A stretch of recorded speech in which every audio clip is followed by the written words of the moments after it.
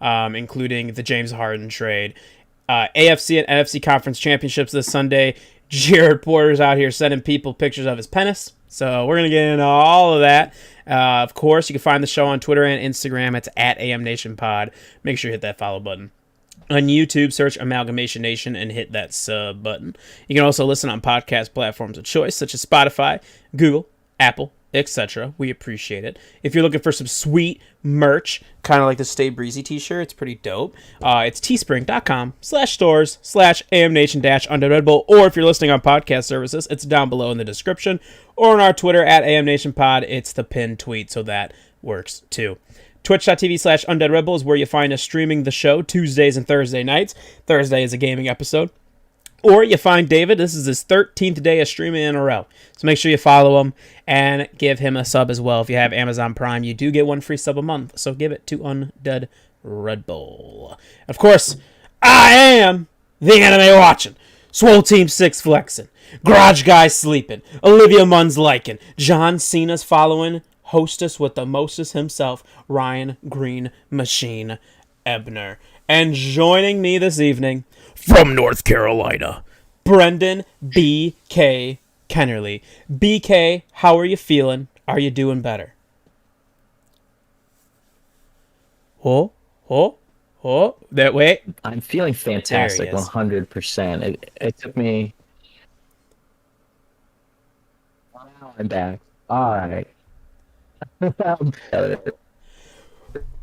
Just like all of last week, started feeling better. Is it just doing it again? No, now I got you. So you're doing better. That's what I caught out of it. You're doing better. You froze. You were like, yeah, you did it, froze like this. It was pretty epic. No. Wait, hold on. Run it back. How are you feeling, though? I was genuinely curious. Feeling a lot better. A lot better. Good. So, I feel good. Good, thank you. I'm glad. Yeah, we didn't have you on Thursday. You're feeling a little under the weather. I feel great. There you go. Yeah. That's I was so tired. I just because I was actually still working. It's doing it again. I'm just gonna leave today. I can hear you now though. I can hear you. All right, it's okay. I'm glad you're feeling better, sir. Go to the next person, please. All right, I will. Joining us as well, Petey Tahiti Argus. Pete, how are you, sir? Dude, I'm doing well. Ryan, how you doing, man? Hey, man, I'm doing peachy keen, bro. I'm doing just fine. Had a little bit of a long day, long weekend. Happy to do the show, though. And it's a little fucking cold. That's why I'm wearing this fucking oh yeah stocking hat, and I have the YouTube fireplace going in the background. One, to set the mood, but two, because it's fucking cold. It's just fucking cold, man. I got out of work and it was snowing, pissing me off. It's fine though. It's all right. Welcome to. You wearing a t-shirt though? Yeah, dude, because I had to show it off for the brand, bro. Dude, you could throw the hoodie and then the t-shirt over it. Oh yeah, I could have. You're right. And you could have done that. Melissa, thank you I'm glad you love the fireplace vibe. Thank you very much. I do too. I love it. It's great. And then it's if I change the color here, boom, you know what I mean? If it wants to work, I don't know. Oh, there you go. There, change the color a little bit. Pretty sweet, bro. Pretty sweet. And nice. Routed out the crew from twitch.tv/Undead Red Bull himself. David, how are you, sir? pretty good. How's it going? Oh, pretty good. I heard you said you were playing in the snow with Duke. That's what I heard. Yeah, Duke was having fun in the snow. That's I was a little late. David's like, God fucking damn it, Duke. You're getting snow all over the fucking place. No, I don't yell at him. He can have his fun in his snow. The worst part is I have to dry him off when he comes in. That's the lawn part of it. Just let him dry off in Mike's room. Oh, Mike never has his door open for Duke to ever go in there. Oh. Mike sees him for like 4 seconds a day. He's like, all right, bye. Oh, yeah, true, because he can't take him on his walks no more, right? Because it's so cold out. That's a good point. Mike's a little bitch. Oh, shit. My wife still takes him on walks. Well, see, that's the California kid in him, man. There it is. It's California. He's like, oh, dude. He went to work out and ran down the street, hit the stop sign, came back, and then that was the end of his workout. He's like, it's cold, bro. Yep, that's exactly what he I said. bet he Yeah, did. I respect that. Hey, Lane, you could wear a Mr. Rogers cardigan. I could have. Wore a cardigan. That would have been pretty dope too. But it's okay. I'm warming up as I go. It's all right. Let's start things off here with the NHL. Just quick tidbits. Just quick. The Capitals, of course, BK's team. They won their first 2 games against the Sabres 6-4 and 2-1 before they dropped to the Pens in a shootout 4-3. They're playing the Pens tonight, and I believe the Pens are on top. Correct, BK? 4-4. Oh, okay. Second intermission right now. Well, there we go. We're tied up. And then you've got the Blackhawks. Whew. They've lost their first 2 games of the year against the defending champion Lightning, 5-1 and 5-2. And then they dropped their 3rd game to the Florida Panthers, also 5-2. They are playing the Panthers right now. It was 3-3 last time I checked. Kane tied it up. I could be wrong. Don't correct me, though, because I don't want to hear about it right now. I just don't. It's really sad. It's fucking sad. I will have plenty of time, and we'll have plenty of time to digest the Hawks in a couple weeks when the NFL is done, and I have nothing else to talk about, and I will vent to you about how bad the Hawks are. But until then, BK, take us to the pitch.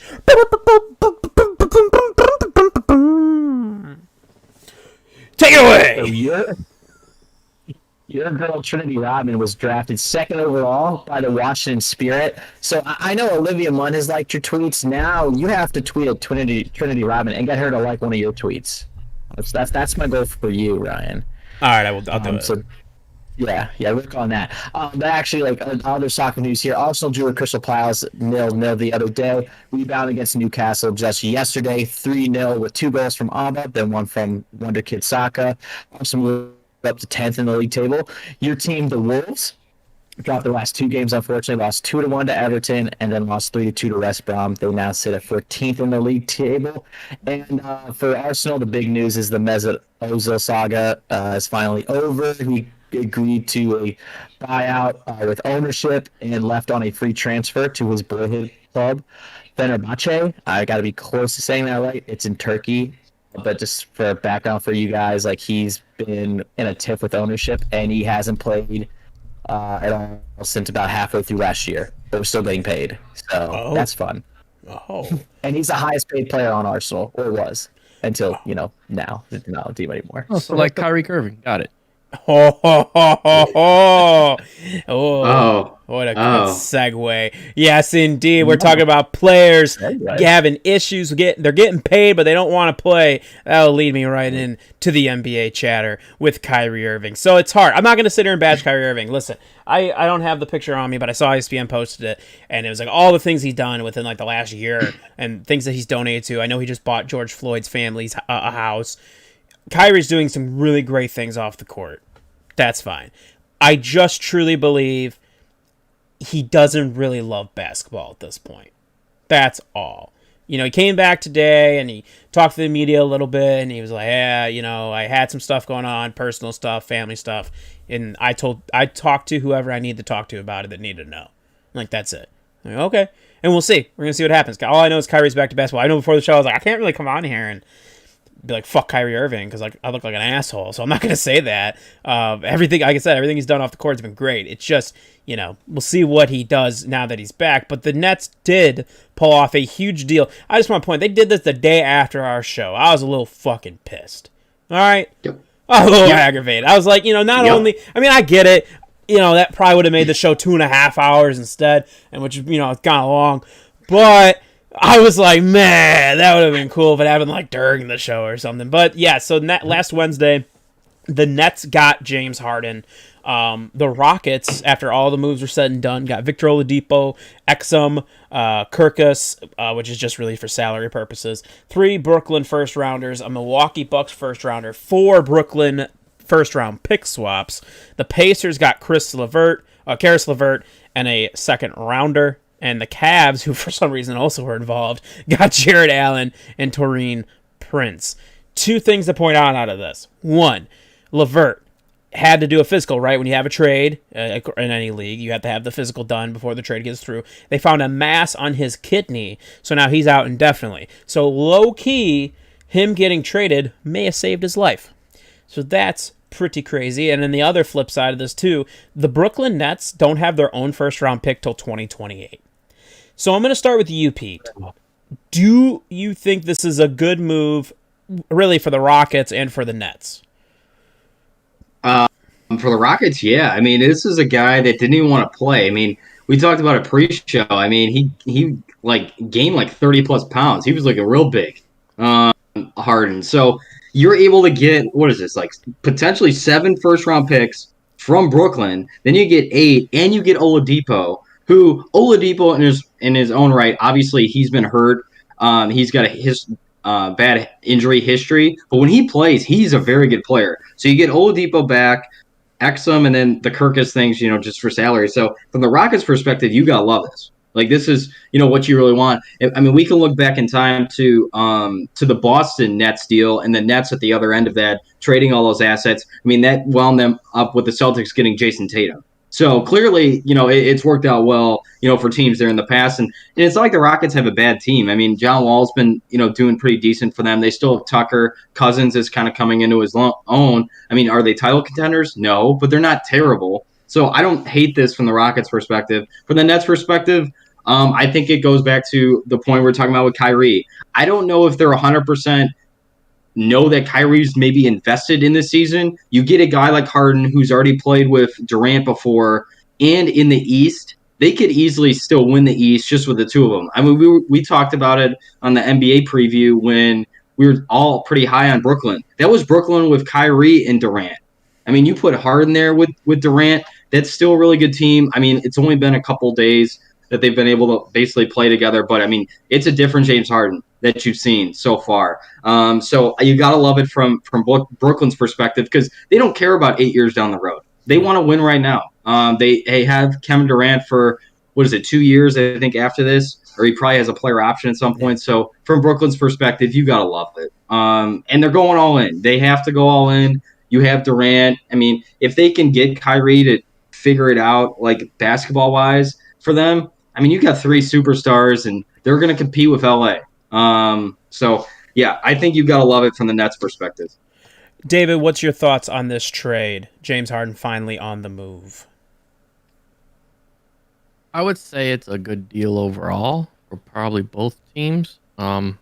Basically, how you pointed out, I think this helps the Rockets more later down the road. Mm-hmm. Obviously, you're expecting Brooklyn to drop off in about 4 years, and you're hoping those later round picks become a lot higher, especially when you could even swap.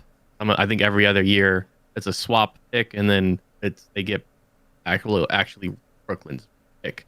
So those later end is when it's going to be really popular. Obviously, you can find late first round picks that are going to be pretty good because I'm going to think the next couple, at least the next 3 years, Brooklyn is going to be like very end of the draft. Mm-hmm. So hopefully it works out for them from that perspective. And then the Nets are looking for a win now situation, and the way Harden has played so far in the past couple games, he's looking pretty good, different. You could definitely see that there's a better vibe between them two so far than when it was Harden and Westbrook. So you can definitely see that Durant's more of a leader, I guess, per se, or at least helpful. I don't know if it's either just coaching or something else in overall, but we'll see how when Irving's in there and all three of them are playing together, how it flows. But yeah, we all thought that Brooklyn was probably going to be top 3 seats, I think, when we projected it. Yeah. I would say we would still say that we're right around there, just because they got to get that chemistry together. I think that was my main reason why I put them number 2 or number 3, just because of the chemistry. But I still think they're the favorite probably to win the East. 100%. I mean, we've already seen Harden's only played a couple games, but it's gelling. Let me tell you that. Him and Durant, they're gelling. So now we're going to add Kyrie to the mix. What's that going to do? It should hopefully just get better for them. BK, your thoughts on this trade? I really like that the Cavs snuck in there and got Jarrett Allen. I really like him, and that actually worries me about the Nets going forward is the lack of the front court depth there behind DeAndre Jordan. Because before you're going to have Jordan, and when he gets in foul trouble, which is just going to happen, especially in the playoffs, you can have Allen come in there, still be the big rim protector who can actually have some offensive abilities similar to Jordan with the alley-oops that you can do and everything like that off the pick and roll. Now they don't have that depth that will worry me a little bit, like rim protection, but they can score in bunches more than anyone else. The Lakers, easily, with Kyrie, KD, and the beard. Easily, no doubt. It's I think the Nets realized that they're like, all right, with KD and Kyrie, it's like, okay, the clock started, so you have to make a move because honestly, just with those two stars and then DeAndre, because his star's kind of fading, he's not the player he used to be, but he's still a good player. But the clock's ticking, and they realize that, so you have to go out and make a move because if you want to win, you have to go all in. You can't do not half-ass it. So whole asset, as Ron Swanson says, and they did that. So I thought that was a good trade. And then also getting Oladipo, I've always been a big believer in him. He's an all-star, so people do forget that when he wasn't playing with Russell Westbrook, who's well, we know that when he wasn't playing with him and it was in Indiana, star. So good player. So like the Rockets are getting a good guy when he's healthy, and because like P2 said, like they have John Wall, they have Christian Wood who's really coming into his own. So the Rockets aren't that off, and they're going to have a little bit of flexibility going forward with the draft picks, which is what you always want. And if you're a Nets fan, you got to be excited because like, hey, you're going all in, so you have a chance. Now, if you don't win it here in these next like 2 to 3 years, then be bummed for a long time. Yeah, it's definitely a winner bust move. I mean, because of the Nets Absolutely. not having a first round, and listen, the picks in the NBA are so weird, right? You start throwing out like, oh wow, they got 8 picks, and like, but like, what is the value of those 8 picks? We really don't know. It's very different than say the NFL, where the picks you could put a value somewhat more on those picks than the NBA. And NBA lately have just gotten weird, where they're just like, we're just going to start throwing picks out there from like 8 years down the road. Fuck it. Like, we'll just see what happens. Like, I mean, they still have 4 picks, though, because it's first round swaps. Yeah, 100%. 100%. Yeah, they still got something decent. And I feel like, I think next year's a round swap, or this year, and that's going to be like a useless one because the Rockets aren't going to want that. Mm-hmm. So they're still going to have their own first pick. Yeah. I just think that overall, obviously for the Nets, this is obviously the win now mode. And if it doesn't work out in the next couple of years, yeah, you're going to definitely look at this and be like, ooh, that sucks. I think the Nets, I mean, yeah, you got better. You added one of the best scorers in James Harden. You got better. There's no doubt in my mind. And it does save your ass in case Kyrie, again, decides he doesn't really want to play basketball. So that's okay. You got James Harden then to back it up. But I think what this situation did is shined a very ugly light on the problem the NBA has. And that problem is you have all these players and these superstars, and they dictate how shit rolls. For instance, James Harden did not want to be there, right? Just didn't. You saw the weight he put on. He was getting into arguments with teammates. I guess Boogie and John Wall called him out, and it's this whole thing is toxic. I mean, it was toxic from the start when they got the new coach, new GM, and I think the coach was like, yeah, we don't know where he's at, but he'll be here when he gets here. And I'm like, what? No, you pay him, okay? He gets paid to play basketball for you. Why is it the NBA and people can say what they want about LeBron James. LeBron James never left until his contracts were up. He never forced his way out. Okay? The contract had expired, and then he said, all right, peace. Like, I'm out. But he never did that, like we're seeing lately, especially for what happened with James Harden. So I'm going to start with you, BK. Do you think the NBA has an issue in this regard? Absolutely. I think I brought that up in the summer, that there's almost too much player agency or power. They're just too whiny. And I'll say, Black is slimming, so I'll give James Harden some credit there, but it's not, like you alluded to, 25, 30 pounds slimming. It's just more or less like they're all getting paid. Now, I think of it like just like a casual person. So like all of us, if you no call, no show to work, you're probably not going to have a job very long. Like, yeah. Unless you're working for like a shitty employer, which P2 and we can high five on that one. That's happened to us with our manager. So, because common fans are just like common people in general don't really want to hear about literally millionaires in this case, like, well, I don't want to play this anymore because this one thing didn't go my way. It's just unfair. And then usually, speaking from a small market team guy here, usually these guys go to big markets, which is literally what happened. It's a huge market. You rarely hear about the guy pushing his way out of situations like, cool, you know what? I really want to go to Oklahoma City, or like, oh, I really want to go to like Washington. I really want to go to Portland. Like, I really want to go to Minnesota Timberwolves. Like, you never hear that, and so it's kind of it doesn't come across very well, in my opinion. I could just be being harsh. I do believe you're correct, David. Your thoughts on the NBA's, if there is an issue here with player, I guess I'm gonna call it empowerment. I'm gonna say yes overall. Every time I think of like a big trade, I always think back of the CP3 being traded to the Lakers. Oh my and they God! rejected that. So when you look at that trade, that actually is a decent trade compared to the stuff we see now. Yeah, you're like, what? Like, how was that not a fair trade? But okay. Like I think it was like Paul Gasol was getting traded as well in there, and there's a whole bunch of stuff. But like, okay. But anyways, I say yes. A lot of players do whine, and it's everywhere. I would say the MLB, our basketball seems to have it the most. I would say every player, I would say almost every league has a player that whines and complains. Obviously, we just talked about soccer, where BK just talked about a player who didn't want to play for since like March or something. You said, or he wanted to play. He had it was. All right, I'll get into like the whole. So when they played less games in the Premier League, they made the players agree to a pay cut. And so his thing was like, hey, I'll agree to a pay cut, but you have to take my pay cut and disperse it among actual like hourly employees and everything like that. Also, ownership didn't give him that guarantee. He publicly called them out.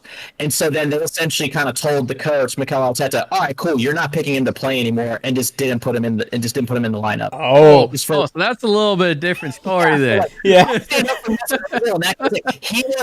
He was still practicing every day and still coming up, still working out and everything like that. So that's why I'll stand for Oza a little bit there. But did he take Oza take it a little too far with other stuff he did publicly? Yes, but all right.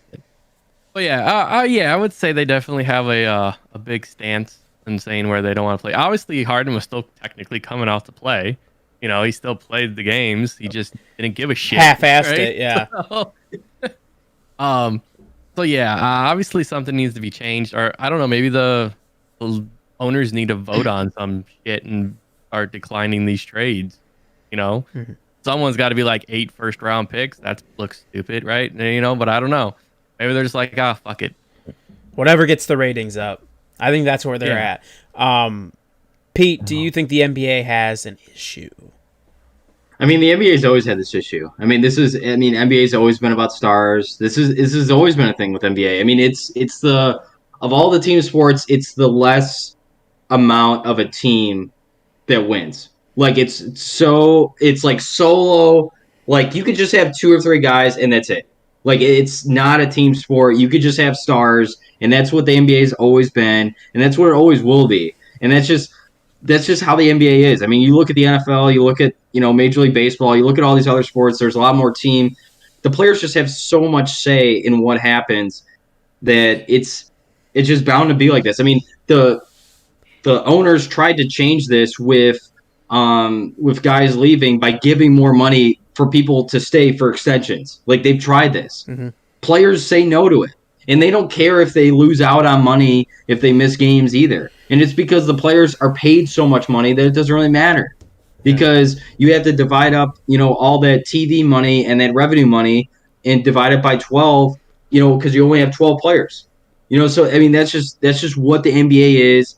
It's always been a player-led league, and it does stink. And it comes down to, I mean, the whole, Chris Paul to LA thing, that was under David Stern's leadership. I mean, during Silver's just, I mean, we talk about how great Silver's been, and he's been fantastic as the commissioner for the NBA. But has there really been a trade that he's really declined or said that's not in the league's best interest? And in the league's best interest, if you look at the Paul trade, the NBA at the time actually owned the Hornets. So I mean, the NBA was saying, yeah, that's not right. We're not doing that. We're not doing that deal. So yeah, it does stink, especially for those smaller markets.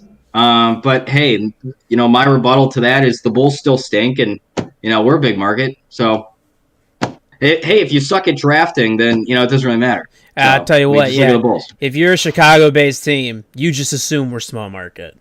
That's just how it Oh works. yeah, That's how it saving operates. the pennies, baby. Oh my god. Oh yeah, but yeah, it's just the NBA. You're correct. They've always had this problem, and I just don't see a way for them to really fix it. I don't know if there is a way. It's just something where, unless the fans tune out to an extent where it forces the NBA to think of something, it probably just isn't going to happen. And just to wrap up the basketball talk, Kevin Porter Jr. looks like he's out in Cleveland after some drama went down. They picked up Taurean Prince in that trade, the 4-team trade with Brooklyn, and they moved his locker, which I don't really know what the whole deal on was that, but they moved his locker to the back, gave Prince his original locker. He came in there, got upset, threw his food. The GM of the Cavs was in there, and he started yelling out at him and cussing him out, and he called that modern-day slavery. I will tell you what, when you're not even playing and you're making money like whatever Kevin Porter's getting paid, and he hasn't even played this year, they won't even play him. I don't know what the deal is on that. I don't know if that was a thing he needed to be yelling out. But looks like they got some drama there in Cleveland. So Kevin Porter on his way out the door in Cleveland. We're gonna get to another. We're gonna get to another Porter though here, and I'll tell you, $3 million this year. $3 million was what he was going to make this year. See, that's not bad. I'd get $3 million just for somebody to shove my putting in the corner. And like, so what's it with Cleveland players throwing food at members of the front office? I don't know. You guys out there in Cleveland are wild, man. I know what's wrong with y'all. You guys weren't raised right. I don't know. What's going on? Wasting your food. Come on, man. Don't be doing that. Moving on to baseball, though. The Yankees signed Corey Kluber, because why the fuck not? I guess. They saw the Padres getting all the good pitching and said, fuck it, we'll take Kluber. And Tanaka, though, now it does look like he's gone his way out because they got the Kluber. So Tanaka probably going to go to good old Japan. So we'll see how that goes. A little bit tighter on the Cubs' heartstrings. John Lester has signed with the Washington Nationals, going out there joining Schwarbs. Pete, you all right? Yeah, I mean, you were a penny pincher, so sell the team. Just whatever, man. This is unbelievable. Like, Jesus Christ, whatever. I mean, the whole I think Cap blew up on Twitter yesterday for Lester to sign with the Nationals. Lester at this point in his career is just trying to get a ring. Like, if Lester signed back with the Cubs, even if it was at a discounted rate or whatever, I'd feel bad for Lester. He's not, just trying to just get stats up. He doesn't care about that. He cares about rings. So, I don't think even if the Cubs match that, he's looked at that roster and he's like, well, Chris will probably be gone. Who else are they going to get rid of? Maybe they'll get rid of Baez. Contreras could be gone. Yeah. If I'm Lester, I wouldn't sign back here anyway. As soon as they traded Darvish, there's no way they were going to keep Lester. Why would you keep a guy? How old is Lester? 35? Something like at that. This point? Yeah. You're not keeping him. There's no way. So, yeah, I mean, it sucks. I mean, Lester is the best, free agent signing the Cubs have ever had in their history, and that's not an exaggeration. He definitely is. But it's sad to see him go, but I wish him the best. Whenever he pitches every fifth day for the Nationals, I'll be cheering for him. Oh, yeah, David, do you agree with those sentiments that it's sad to see him leave, but it's all right? Yeah, I would agree. I mean, it was kind of expected, right? I mean, we already knew he wasn't going to be re-signed. He even knew he wasn't going to be re-signed. He bought, I think, promotion to where Lester bought, if you went to X amount of bars during COVID, it was a weekend thing. Yeah. If you went to this bar and said, I don't know, I want the John Lester Miller Light or whatever, he basically bought your first round for you, for all the people in the Chicago area. So he already knew he was out and he wasn't going to be re-signed. So at that point, I already knew he wasn't coming back. So I'm not shocked that he was signed elsewhere. So I already expected that. And was already, I've already been 3 months down the road with that. So, I wish him the best. I don't know if the Nationals.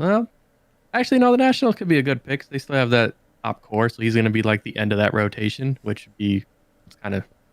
I mean, when you think of Les, you don't think of end of rotation, but I know he is kind of near the up in that age range. So yeah, that makes sense. Hey, I'm surprised the Mets didn't just go get him since they seem to be the,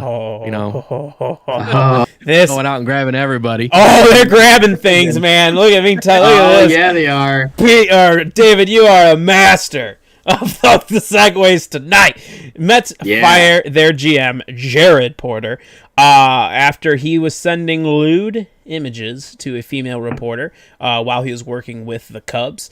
And listen, I'm not going to read verbatim the entire ESPN story. I was going to, but I ran out of time and I didn't pull it up. But let's get into the gist of this, right? Jared Porter, I think they were at Yankee Stadium or they're somewhere for the Yankees. And this woman, she was from overseas and she was scouting players and she was coming over here. And in that process, she ran into Jared Porter in an elevator. They exchanged numbers.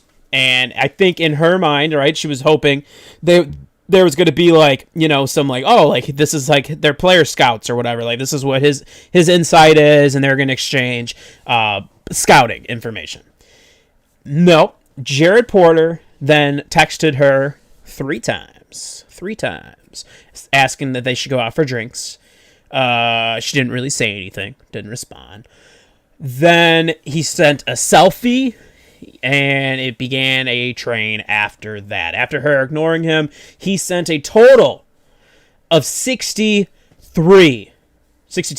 text messages that weren't read. My man, get a clue. Figure it out. In the midst of all those messages, some just, hey, what are you doing? Are you mad at me? Like some weird, just wild shit. He was also sending pictures of a bulge in his pants, right? He sent a nude penis picture as well, and that is, and then I think that was the end. I want to say that was the last thing. ESPN, before they put out this article the other day, they reached out to Jared Porter and asked for his comments. He did acknowledge that he did text her, but said the images were like a funny jock stock image on the internet. First off, what kind of fucking excuse is that? You could tell this man was on the spot and was like flustered. He's like, oh shit, what am I gonna do? Okay, this is something that it just drives me insane and it bugs me because this is an industry. It is a market that is very obviously male dominant, and females and women that come into that role, they're already going into kind of an uphill battle. They already kind of got to deal with the issues that are going to come up because it's a male dominated industry. And on top of it, you go out here and you make this woman feel so uncomfortable. And she's not even from the United States. The language barrier was already there, so she was very confused. Very, very confused. Like, what is going on right now? Like, why do I have 62 unread messages in a row from this person? Jesus Christ. Be better. That's all. Dudes need to be better. That's my problem. Okay? Just be better. My God. This is like, the people that do this shit are like the ones, if you've ever followed somebody, like any, honest to God, any like, we'll say popular, I'll use that loosely, female sports Twitter user. And like she'll tweet out something, right? You'll know, and then you read the replies and you see these dudes replying to some ignorant shit, and it's like, come on, man. Or then they go and they slide in their DMs and they're just egregious shit. Just stop, please, stop. BK, I'll let you go. I just agree with you on that whole front. It just goes back to like no means no. Take a hint. I also think part of it is, I I remember hearing like growing up, like, oh, just because like the girl rejects like the first advance, like kind of like keep trying kind of thing. You always like hear that, and it's just like more or less like, all right, like at a certain point, you gotta just move on, and it's okay. There'll be someone else. Like statistically speaking, there's more women than men anyway. So like you're still at the advantage. Like you are. So keep it up. Get back out there and you'll find someone else that appreciates you. My lord, I will tell you. I don't know. I don't know if he'll find anything now. He is screwed. I'm not saying he deserves to, but I'm saying for other people. Oh yes, 100%, 100%. Pete, your thoughts on Mr. Jared Porter? He was a Cub employee, so. All right, dude. Yeah, talk about a shot. Yeah, Ryan, that was a piece of shit comment, and Jared Porter's a piece of shit. So, I mean, let's just be honest. The guy's a scumbag. Clearly, honestly, the thing that shocks me the most, I mean, a lot did in this report. When I read that ESPN article before going to bed last night, talk about a terrible decision. Man, did I feel like shit when I went to bed last night as a person, just reading that whole thing. But the 62 unanswered messages. Jesus Christ. Do you think you hit 30, you would have been like, man, I'm a psychopath. You know what? Let's double it and do a little bit more. Let's get to 62. How do you get to that? Like, what kind of psycho really are you? I want to say real quick. David and BK, if you haven't seen it, I did put the article in there because if you scroll down, you can start to read the text messages. They actually have them posted in there. So it's insane. Continue on. Twitch friendly. Oh yeah. I mean, there's no. I think it's all blurred. Yeah, it's all blurred out. Yeah, it's all blurred out. Yeah. Or I pull it up. Yeah, it's just unbelievable. Yeah, I mean, and for him to be in baseball as long as he has, I mean, I think he was in the Red Sox organization, for a long time, and then for him to be with the Cubs for that year, and then he took the job in Arizona, and then obviously he got hired as the Mets GM. I mean, you feel so bad for Cohen, the owner for the Mets. I mean, he just basically takes over, trying to create this new regime. First GM hire, yeah, guess what? He just sent a pic of his junk 5 years ago, and no one had any idea, and now you got to fire him. And now the Mets said that they're not going to have a GM the rest of the year. So, yeah, hey, Cohen, year one started good. So, I mean, yeah, honestly, just in short, yeah, the guy's a scumbag. I hope he never, works in baseball again. So. I also want to point out as I'm looking at these text messages, he couldn't even use a regular emoji. Like he typed out the emojis, and that's really bugging. Throwback. It's really bugging me too. Like it's really bothering me. This guy's a fucking weirdo. Like it's bugging. Well, you got to think maybe I don't know. It's 2016. Yeah, it was 16. So I was thinking maybe, but it's a screenshot. I was thinking maybe if it was a transcript or something, it wouldn't put the emoji in it, but a screenshot. Yeah, it is a screenshot's better. He was Team Apple though. That's wild. David, your take here on the Jared Porter. I'm just scrolling through the texts now. Yeah, obviously you gotta take a hint after. To be honest, I probably would have. You should have took the hint after you said you're so pretty. Do you have a boyfriend? Yet question mark, and then you put up your selfie. She didn't say that. Yeah, then he didn't say anything. All right. After that point, I think he's still fine, right?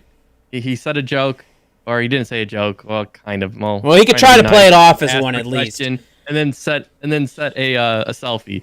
After that, it's all downhill, right? Because then that's when he sends the in his hotel bed or a bedroom or whatever at 2 a.m. saying I'm bored. So he was horny at 2 a.m. and hit her up. So. Oh man! All right, but yeah, all right. Gee, it's definitely a little bit too much, for sure. But yeah, how you brought up a point, I would say, doesn't even have to be a professional sports person, like you said. I know many video game female streamers. Same, yeah. That get the exact same reaction, right? And what's funny is there literally was a tweet on my from a Twitch partner, a person I follow.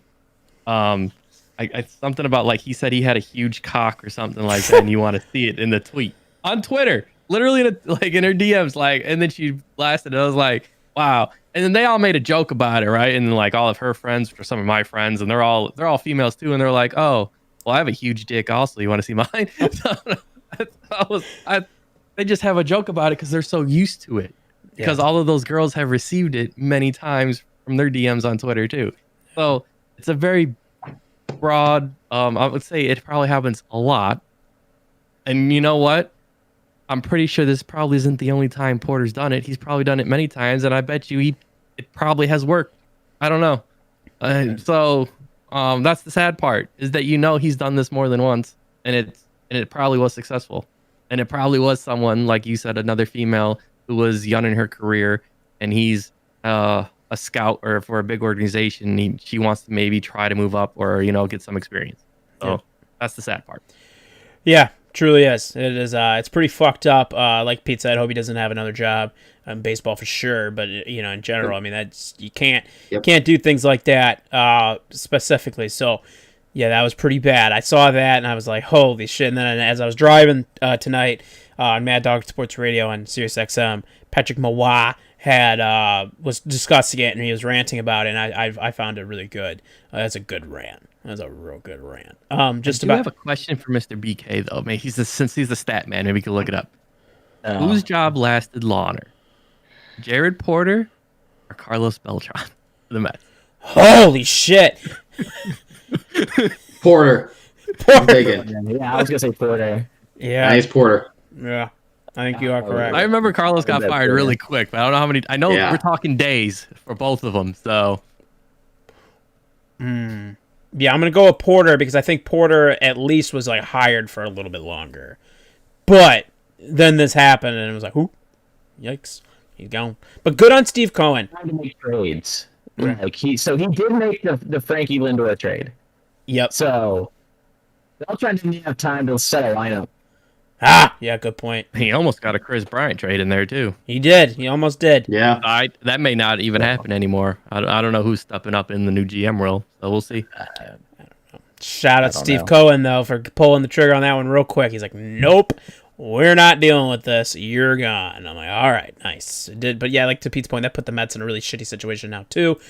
So we will see what the Mets do from there. Before we move on to the NFL, I just wanted to bring this up because I think it's pretty cool. So March Madness, it is happening and it has been announced. We talked about it on the last episode, right? They're going to be in Indiana. So that's State's got one thing going for them.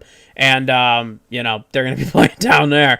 And the first four is going to start March 18th with the first round beginning March 19th and 20th, which means the very first round of the tournament starts on a Friday other than a Thursday. Pete, you cool with that? I don't know, man. I mean, I guess it's cool, starting on Friday. I mean, I'm, in my brain, I'm still probably going to think it's Thursday just because I'm used to the Thursday, Friday, because it's been like that, forever. But, I mean, it's kind of cool. You do the Friday, then, finish it off there on Monday. I don't know. I mean, I guess it's cool. I guess it's easier for taking work off because it's like, oh, yeah, I only took one day off of work that week. And guess what? Next week, I only took one day off of work that week. Good point. So then you seem like a better employee at that point. Yeah, you're only losing 1 day per paycheck then. Exactly. Yeah, you seem you seem more responsible. All right. That was a good pick me up there because I was wondering how we were gonna spin this. Yeah. Oh yeah. There you go. David, your thoughts on the tournament starting on a Friday? I mean, it seems a little weird. Obviously, a lot of people, like you said, like to enjoy the first round of games, and it's on a Friday. So I'm thinking they would think more people would take off a Friday and enjoy the first round or try to increase some revenue, I'm guessing, than take off Thursday and Friday. Mm-hmm. I don't know. I'm sure there's more. I'm sure they have more viewership and statistics behind this on what's their high viewing days. But obviously, they're going to see I think they'll see a bigger decrease. I think they probably had higher viewership on that Thursday and Friday because it was the first round of that first opening night than they will on that Sunday carrying over to Monday. I think Monday's going to drop off, and they're not going to like that. I think their viewership's going to drop. As opposed, because see, Thursday you get there, everyone's just hyped up and want to watch it Thursday night, so everyone's tuning in. Friday, you're still interested, so it may tail off a little bit, but it's still Friday. and then Saturday, Sunday is going to be your normal because it's the weekend. Now, if you move Sunday to Monday, I think your viewership's going to drop. Oh, that's a good dramatically. point, I don't think so. You don't think so? That's a good point. No, it's gonna be the second round. There's gonna be better games. No, I don't think so. You wanted the 116. I think it'll still pick up. I mean, if you look at, I think it would drop more than what they anticipate from. Obviously, the Friday is always going to be the biggest because it's Friday and it's the opening round, so it's going to be the biggest overall. I don't know if that Sunday viewership will carry over to their Monday.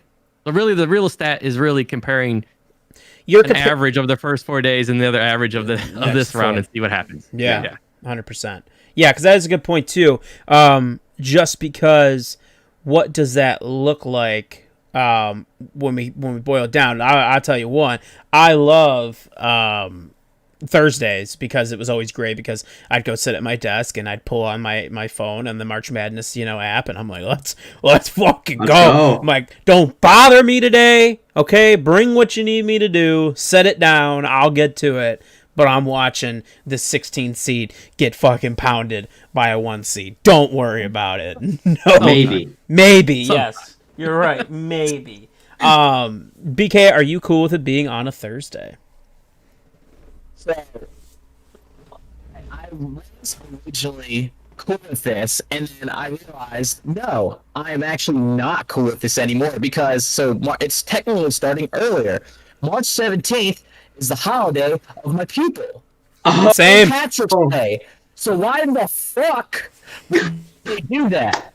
Why, people are going to take off for St. Patrick's Day and get fucking lit.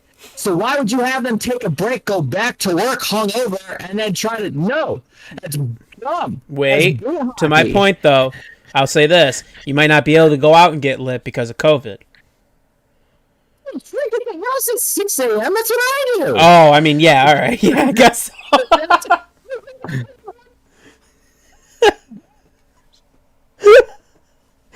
I guess you're right.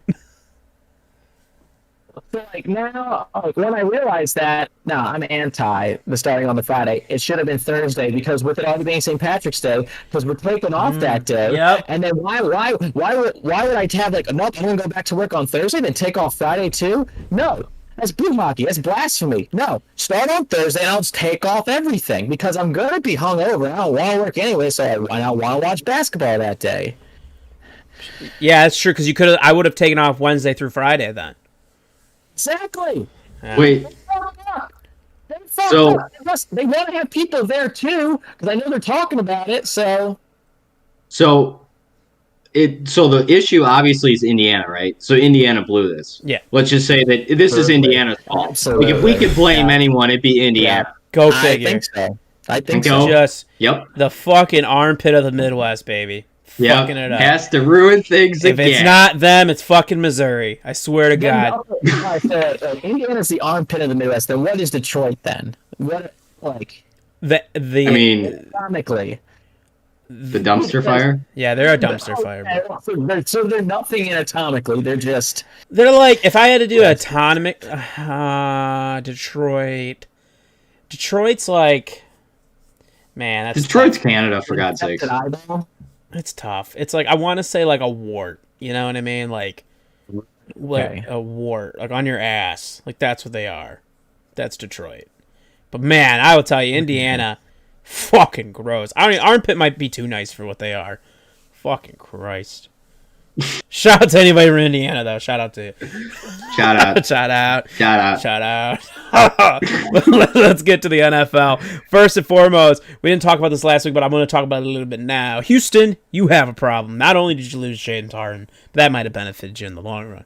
But it looks like Deshaun Watson wants out too, which in theory would also pull a domino effect, and J.J. Watt would probably also be gone as well. Pete, is Deshaun Watson going to leave the Texans? I'm telling you this, if you're Houston, you do not let Deshaun Watson leave. Like, you keep Deshaun Watson. What you're looking for is Deshaun Watson. So you better figure it out because you just paid this guy, and he's supposed to be a franchise quarterback, and he's like a top 5, top 8 quarterback in the NFL, and you do not lose him as an asset. Okay? So you figure it out. You find out what the hell the issue is, and you figure it out with Deshaun Watson. Because You can't lose that guy. You lose that guy, and you're gonna be back. I mean, how many more years? 4 or 5 more years? Because they don't really have that many picks either. Right. So, you talk about a dumpster fire if they lose Deshaun Watson. You got to keep that guy and figure it out. Maybe they should fix that defense that stinks. That's what they probably should do. But I don't know what it is with Deshaun. I don't know why they basically lied to him and said, hey, you're going to have input on our head coach, but then absolutely say nothing to him and ask any of his opinions on it. In terms of the players having input, Rodgers had zero input on LaFleur getting hired by the Packers. Clearly that's worked out fine, but he also wasn't promised it like the Texans were. So Texans ownerships, hey, guess what? You get rid of Billy O'Stooge, and guess what? You still stink. So, clearly Houston has bigger issues there. They sure do. I thought the Bears were bad, but boy, they've got some issues. David, your thoughts here. Deshaun Watson, is he gonna stay? You may pull a James Harden. I don't think he is. I think he's gonna want out unless someone could help the situation. And to be honest, the person that's probably gonna help it is what you have noted as probably soon to follow is JJ. Mm-hmm. So, it's rough, right? Because he is your franchise quarterback, and he probably getting traded. I know there's a lot of talks going on, a lot of rumors, so we obviously don't know, right? But I think one of the reports though from one of the actual reliable sources said that Watson wants out, right? So you got to believe that source. Now, as for the trade rumors, that's just hearsay and guessing. So I know Vegas has the Bears as the favorite to try to get him. But I don't think the Bears are gonna make a. They keep changing. They keep changing. The Bears were the other day. I think now it's Miami Dolphins have moved up to number 1. Obviously, it's the Dolphins. Funny, here, we'll trade you your first round pick back. Right. Here's Tua. Yeah, here's Tua Tagovailoa. Here's your first round pick back. Here's our first round pick. Here's probably another first rounder, a third round. You're gonna have to give up a shit ton to get Deshaun Watson. But I'm not gonna get into the Bears going after Deshaun Watson right now. Yeah, I don't think the Bears will go in. If they do, they may. I wouldn't hurt them for going for it. It depends on what the value is that they're going for. But I don't see it, right? I think it's like a 1% chance, right? There's always a chance. There's always a 0% chance that happens. It can't be a 0%. There's always a shot. There's always a shot. If it was a 0% chance, Vegas wouldn't even have an odd on it right now. True. That's true. So who's putting those numbers out there? So I don't know. Somebody in Vegas. Who's pumping those numbers? Because there's no way the Bears have that. The Bears don't have assets to trade for Deshaun Watson. Draft picks. Everyone has draft picks. The only way that Deshaun Watson gets dealt is if you get a top 5 pick that you can get your quarterback replacement, or you get Tua. There's no way the Bears have those assets. Yeah. So there's no shot that the Bears are involved. There's no shot. 49ers are up there too, and they don't have a top asset. You could. Well, the Niners have a lot more picks than the Bears have. And the Niners also have a lot of young defensive players that can be packaged in there. That's tough. So that's the thing with the Niners. Here's my thing with the Bears. I'm just going to say this now. I kind of like what David said. I'm not going to say, listen, if the Bears get Deshaun Watson for some reason, it's not like I'm going to sit here and be like, wow, fuck Deshaun Watson. No. However, you want to talk about going from one shit show to another, that's what you would call that. Because the Bears, pretty much. If you get Deshaun Watson, okay, now do you have money to still pay Allen Robinson? I don't know logistics. I don't know Deshaun's contract. I don't know the numbers each year. I can't tell you that off the top of my head. But if you don't, you enjoy throwing a Cole Kmet and Darnell Mooney as your top 2. It's going to be fucking great. You know what I mean? And enjoy getting on your ass all the time because the line sucks. The Bears need to stay completely away from this deal. And I just, God, Bears Twitter is insane. It's just going insane about it. Like, oh my God, pull the trigger. Do it, Pace. Fix your mistake that you fucked up all these years ago by drafting Trubisky and not Watson. Well, the other thing about this is Deshaun has a full no trade clause, so he has to okay it Yeah. too, and that's the other input of it. Like, so he's not gonna okay it for like basically the same situation. Like, he's not gonna do that.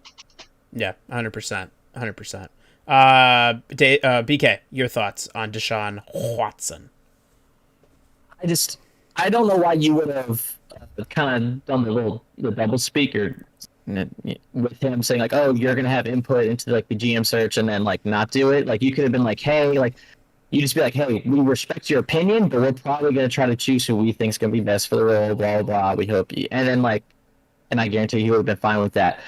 It's really hard to find a starting quarterback in the NFL. Like one that can be your reliable starter week in and week out. It's even harder to find a perennial Pro Bowler, a guy who's going to be in the NFL MVP conversation without any weapons, honestly, without anyone to throw to. So you have to find a way to keep him, which is it's just tough because they have no draft picks either. So it's not like when you're pitching him to stay, you can't even be like, hey, we're gonna draft really good assets around you. You can't even say that.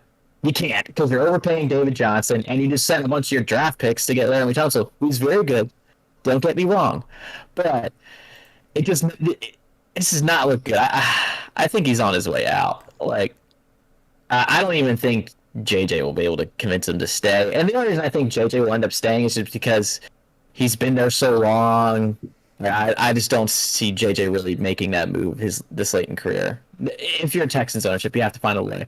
But also, it goes back to Texans ownership, Cal McNair, just doing a 180 off of what the search firm recommended. He was just like, no, we're going to hire this random guy that wasn't listed, wasn't in the top three, went completely off book and hired this not a random guy, but this example, this random guy from New England. Like, are you kidding me? You pay people money to do the search for you, to do the legwork for you, and then you're just like, you know what?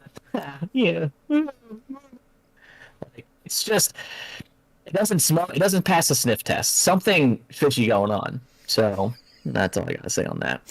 Well, goddamn. Yeah, we'll see what happens with Watson. Obviously, I don't think anything goes down until after the Super Bowl, so we will see if there is really fire or is it just smoke. We're gonna find out. Let's talk about this last weekend of football, this divisional round, which I was hoping would be better than it kind of was at times. Buffalo beats Baltimore to advance the AFC Championship game. It's the first time they are doing that since 1993. Good God. Lamar got banged up in the game. He had a pick six as well. Allen, didn't play great, but he did, do some, play decent towards the end stretch of that game. The coolest part about this though is Lamar, not the fact that he got hurt, but once he got knocked out with concussion, Bills fans actually began donating to one of Lamar's favorite charities, and over $290,000 was donated in 24 hours. The charity actually provides food on the weekends for students. So, way to stay classy, Bills Mafia. BK, I'm obviously going to start with you here, man. This is your Ravens. Your takeaway from this game with the Bills. And also that Lamar was actually posing for pictures with Bills fans like after the game cool. As well. Like there's pictures of him on the other side of the fence, like still taking pictures, signing autographs and all that stuff. So that was really cool with Lamar. That probably helped convince Bills fans to donate more. Mm-hmm. Not a lot of fun to watch. The defense played really, really, really well. I mean, they played a heck of a game, considering they were on the field a whole bunch. The offense did not help them one bit. The lack of wide receiver targets for Lamar is concerning. Hollywood Brown, it seems like he's kind of improving, but he still has trouble catching the ball. It frustrates me a lot. They really need like a stud number one wide receiver that's clear. And if you get someone half decent in there, they're gonna do well against Mark. Because you have Mark Andrews right there too. Then you're gonna have Hollywood, the speedster. You kind of just need a quote unquote target guy, just a guy who can kind of almost like post up and then just get the ball, like almost like the Ravens had when we had Quan. And then also I'm gonna go back to this. Steve Smith actually said that he put a little bit on Greg Roman as well, that the route tree combinations are it's very dumbed down. It's very dulled down, and that they need to get more complex, and that it's easy for DBs to pick up on stuff and read things. So that could be one thing as well. Then I would also counterpoint that is that Lamar still has to get better at reading the defense. You're still seeing troubles with that. That guys are just slipping in and out of coverages a little too easy.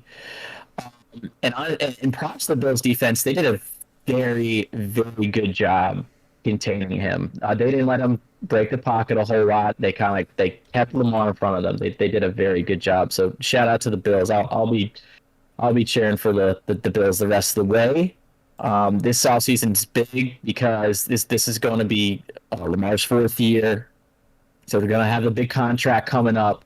So the window is closing. The next year would technically be the last year of the rookie window. So the Ravens, they're going to have to make a play. And does Yannick Ngakoue come back? I don't know, because he was on a 1-year deal. Does Matt Judon come back? He was on a franchise tag.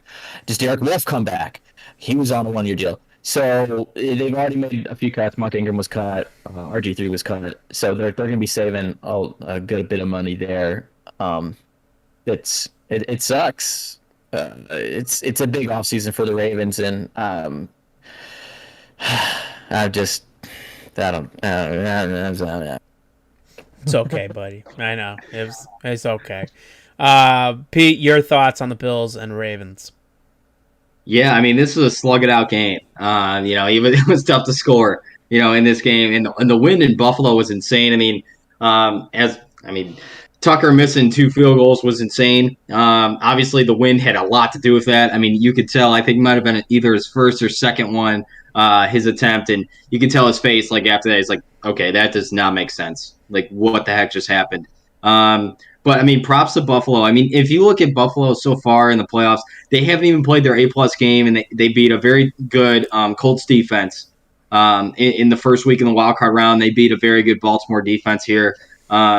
In the divisional round. I mean, so they haven't even played their A+ game and they're moving on. So, I mean, that's just, shout out to them. Josh Allen made enough plays. So did Diggs.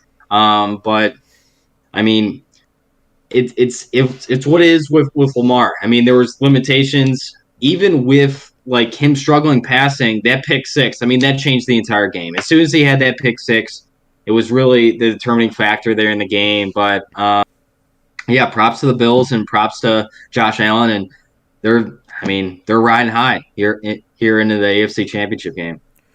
100%. David, your thoughts on the Bills and Ravens as the Bills move on?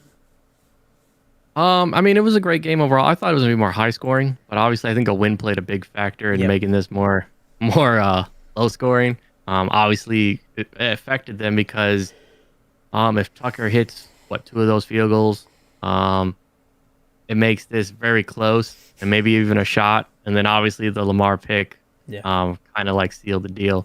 But man, it's just a rough one for them. And then it is what it is. But hey, shout out to the Bills Mafia for donating some money. Mm-hmm. That's always for a good thing, even though they beat them. And then Lamar also being a class act, taking pictures with them, signing autographs at the airport. I saw that. That was also pretty good. Hope he's feeling better. I know he got... What was it, a concussion protocol? Yeah, he got his bell rung. That's your protocol. Oh.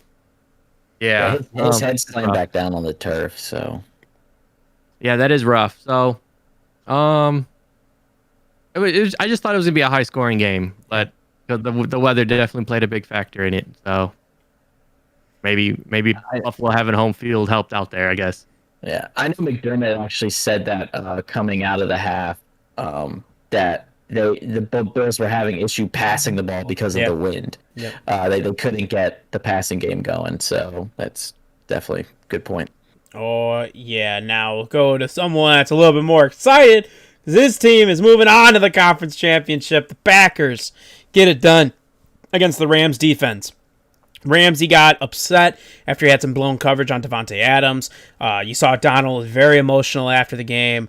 I'm going to be honest, if I had Jared Goff as my quarterback, I'd be pretty emotional too.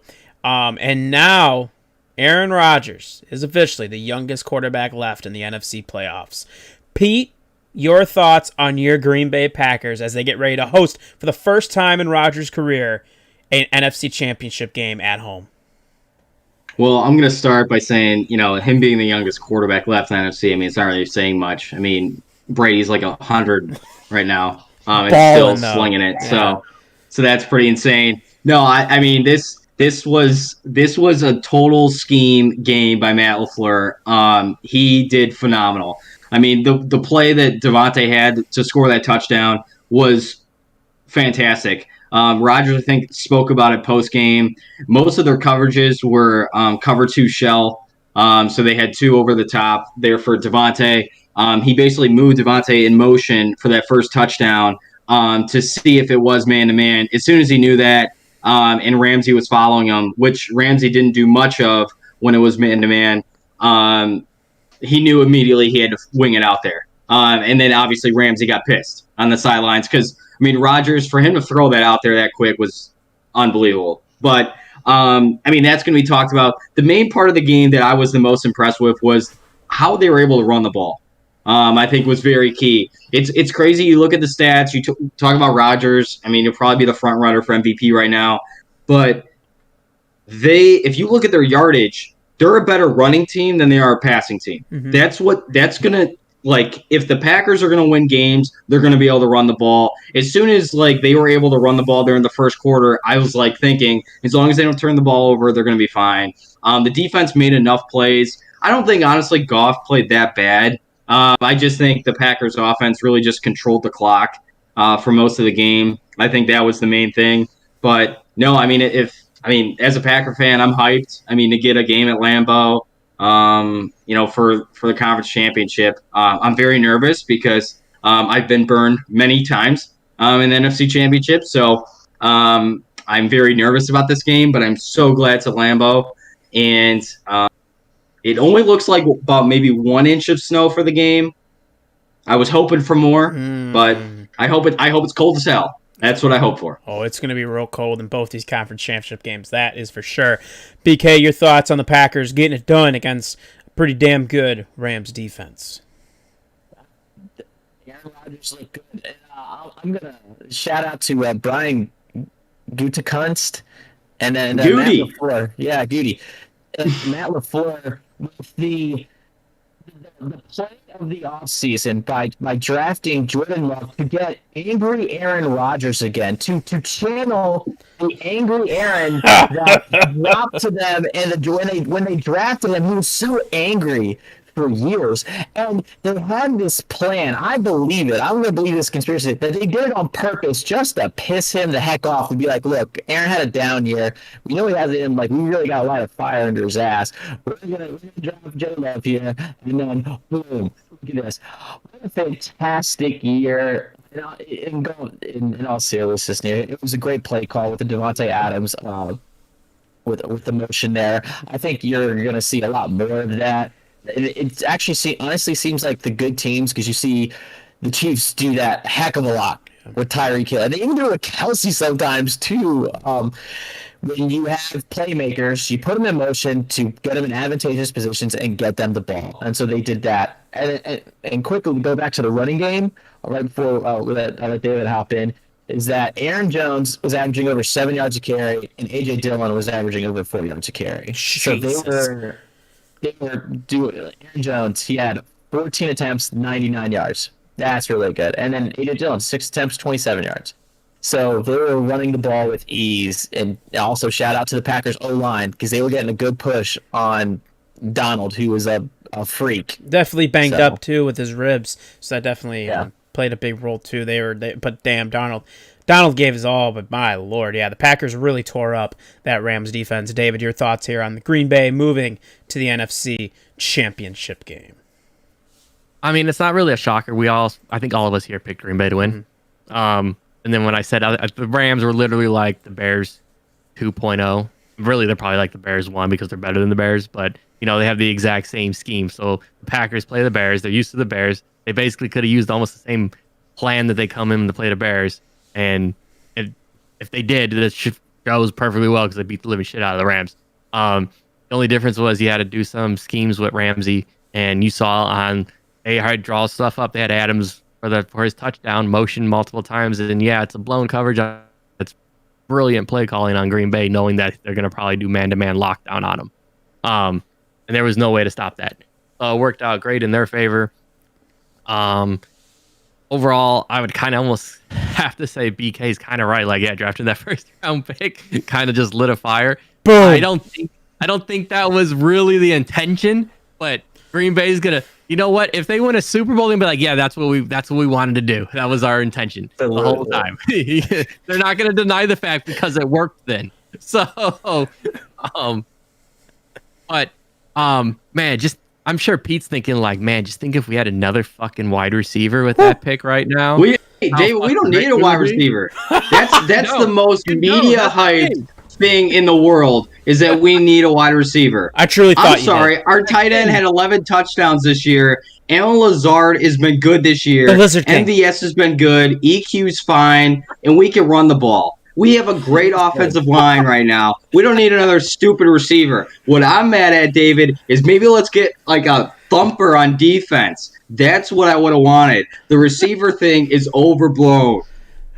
But either way, you want something different than Jordan Love. It's all I want a thumper on defense.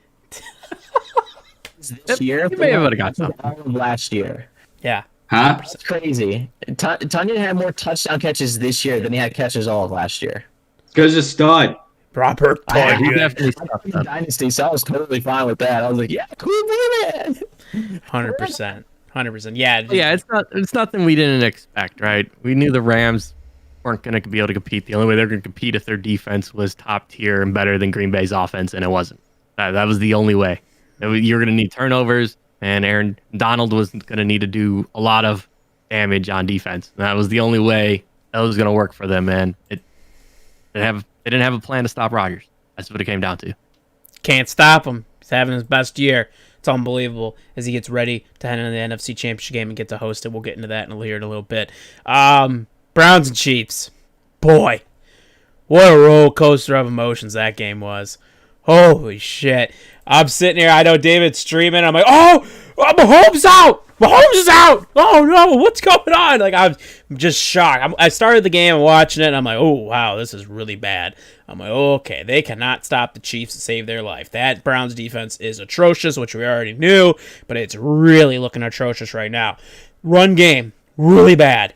Could not get the run game going. Nick Chubb was held to virtually nothing.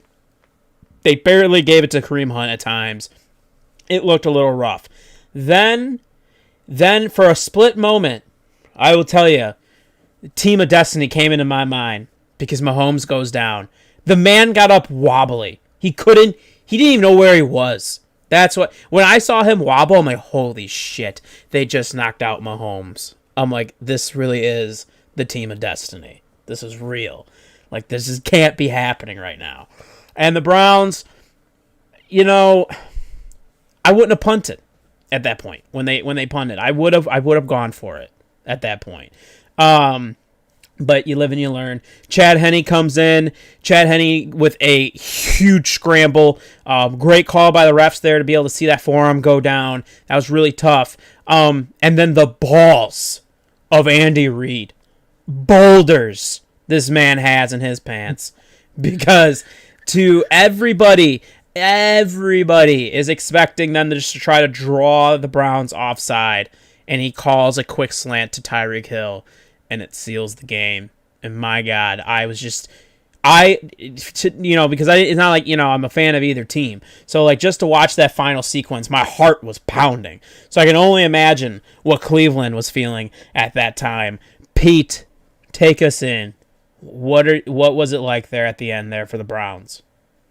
I'm telling you this, the Brady household, because I went over to my mother-in-law's house, and that was tense. That was tense. As soon as Mahomes went out, you would have thought the Browns won the game. You're like, oh yeah, Mahomes is out, Chad Henne's in. Come on. Chad Henne, the last time he did anything good was like 15 years ago at Michigan. You're like, oh, this guy's gonna stink. And then, he throws that pick to Joseph that just basically looks like a punt. Yeah. Oh my God, what was that? And then he, has that heroics there at the end. I don't think if Mahomes is back there, I think the Browns go for it on that fourth down. But I don't think the Browns might have been in that situation if Mahomes was still in the game. But I think they wouldn't have allowed Mahomes to get the ball back. But they thought with Henny that they could probably get the ball back. They at least have a chance. I think if they would have stopped him there, they would have had a minute 15 left.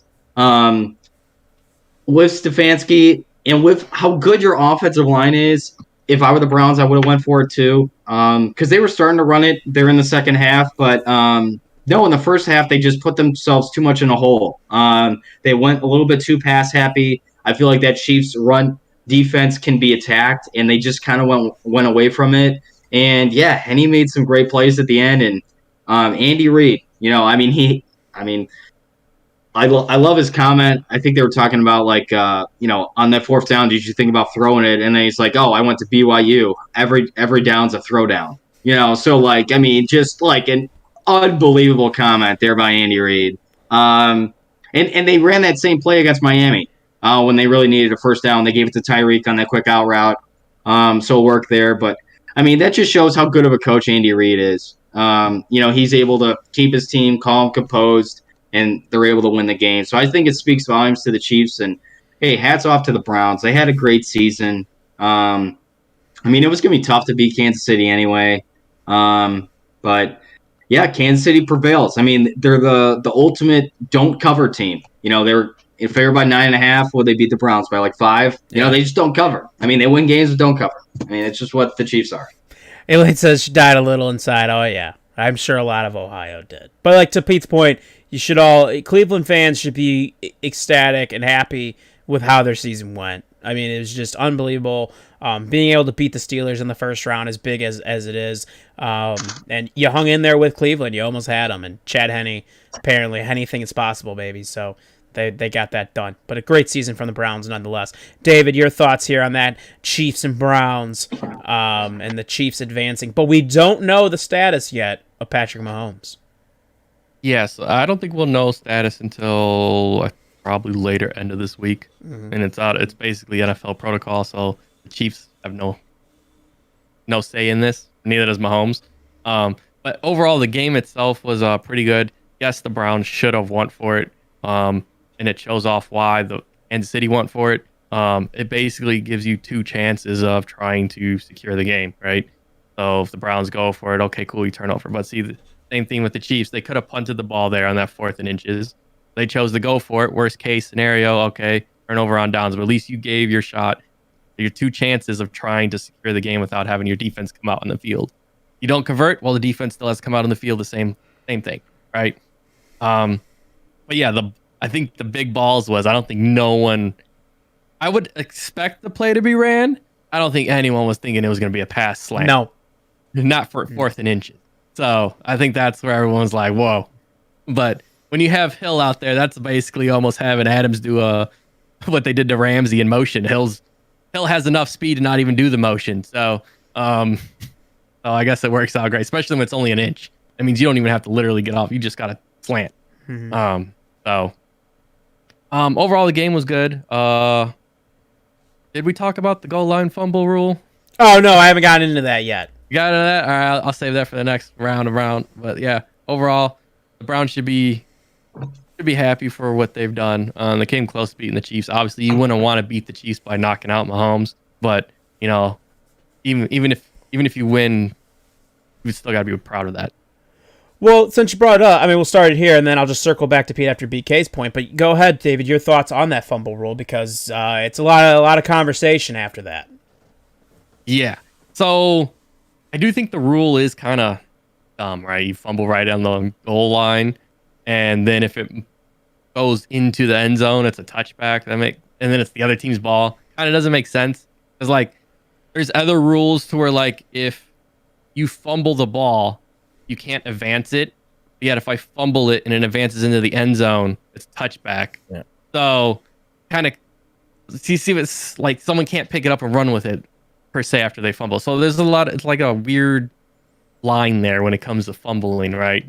And then the helmet call, I could see how the ref maybe could have missed it, because you got to remember this is a we're talking a shot down the field, Yeah, right? This 100%. ref is running full speed to try to catch up to the play. I could see, try running your fastest to try to get down to the line. I know they're trained, right? They probably practice this, right? Because obviously they're refs. I would assume they practice it, just like how players practice. This is basically their job. But I don't think I could focus that well running full sprint.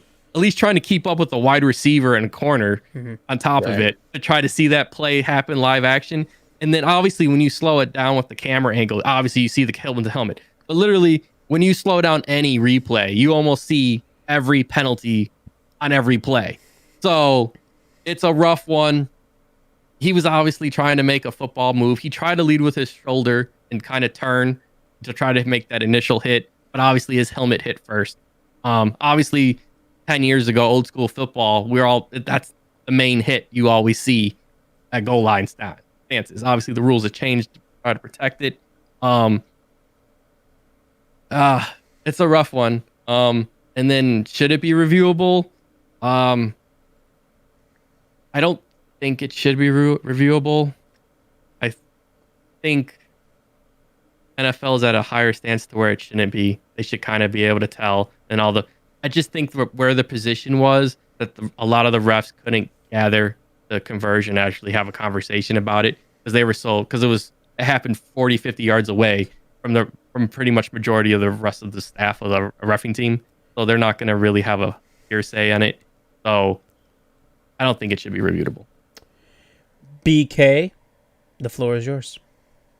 So shout out to the Browns for making it this far, and also doing it without Odell Beckham Jr. I think he would have made quite a difference. So that's something that they can hang their hat on. They hadn't made the playoffs in a long time. Then won. They're fully back into it. So props to them. But it's hard for me to say a little bit.